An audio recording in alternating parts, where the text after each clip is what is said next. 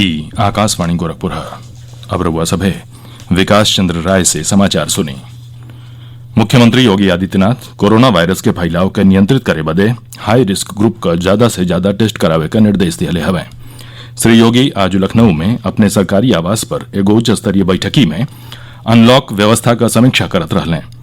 वहां के कहली कि हाई रिस्क ग्रुप के लक्षित करत ज्यादा से ज्यादा कोविड-19 का टेस्ट करावल जाए।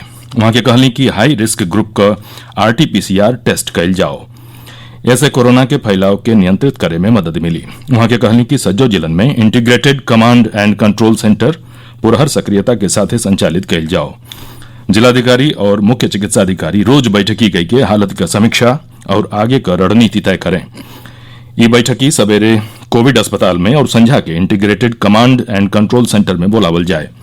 श्री योगी कहना कि डोर टू डोर सर्वे कार तेजी से संचालित कैल जाए। सर्वे के समय पल्स ऑक्सीमीटर से लोगन के ऑक्सीजन स्तर का जांच कैल जाए। निर्धारित स्तर से कम ऑक्सीजन वाले व्यक्तियन के अस्पताले भेज के ओइजा उनकर पुरहर जांच और जरूरत के हिसाब से इलाज का व्यवस्था सुनिश्चित कैल जाओ। प्रदेश में कोविड संक्रमण के सीमित रखे बदे राज्य सरकार हर संभव उपाय कर रही हो। राज्य में संक्रमण से ठीक होके वालन का दर 81.25% हो गई हो।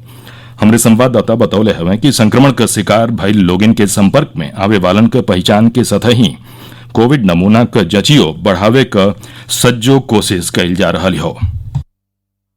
प्रदेश में कल हुई 77 और मौतों को मिलाकर राज्य में कोरोना से मौतों का आंकड़ा 5,212 हो गया है। वहीं कल 5,722 नए कोरोना के मरीज मिलने के बाद कुल संक्रमित मामलों की संख्या 3,64,543 हो गई है। स्वास्थ्य विभाग के आंकड़ों के अनुसार इस समय राज्य में 63,148 सक्रिय मामले हैं, जबकि 2,96,183 मरीज अब तक कोरोना से पूरी तरह से ठीक हुए हैं। MS यादव, आकाशवाणी समाचार, लखनऊ।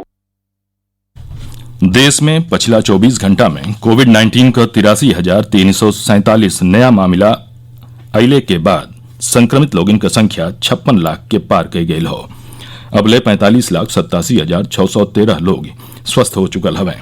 स्वास्थ्य मंत्रालय के हिसाब से ठीक होके वालन का दर 81.25% हो गई हो।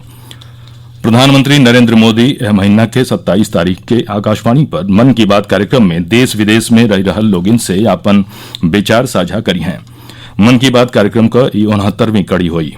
एगो ट्वीट में श्री मोदी कहलें कि लोग अपन विचार और सुझाव नमो ऐप आ MyGov ओपन फोरम पर भेज सकेलें। टोल फ्री नंबर 1800-117800 पर डायल कई के सनेसा रिकॉर्ड करावल जा सकेला। प्रधानमंत्री के सुझाव देवे बदे 1922 पर मिस्ड कॉल कई के SMS से लिंक पावल जा सकेला। केंद्रीय कृषि मंत्री नरेंद्र सिंह तोमर कहले हवे कि विपक्ष कृषि से संबंधित विधेयकन के बारे में खुल्लम खुल्ला दुष्प्रचार कई के देश का किसानन के गुमराह कर रहल हो।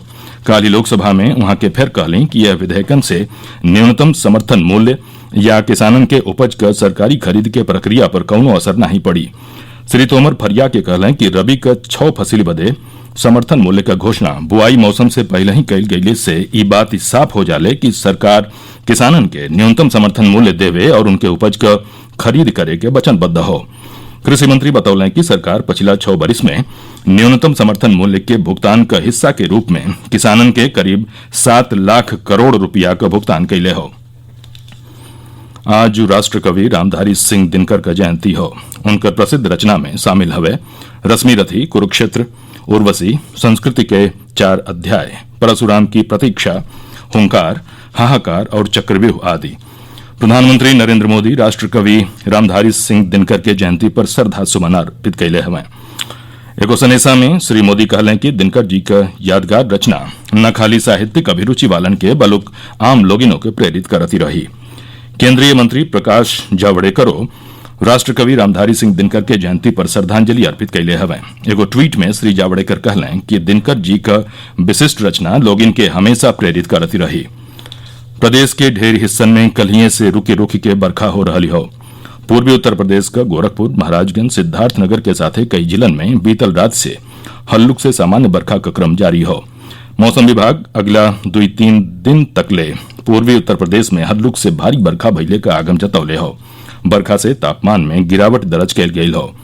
कृषि वैज्ञानिक लोग यह बरखा के खरीफ फसल बदे फायदेमंद बतौले हवें। समाचार पूरा भइल। नमस्कार।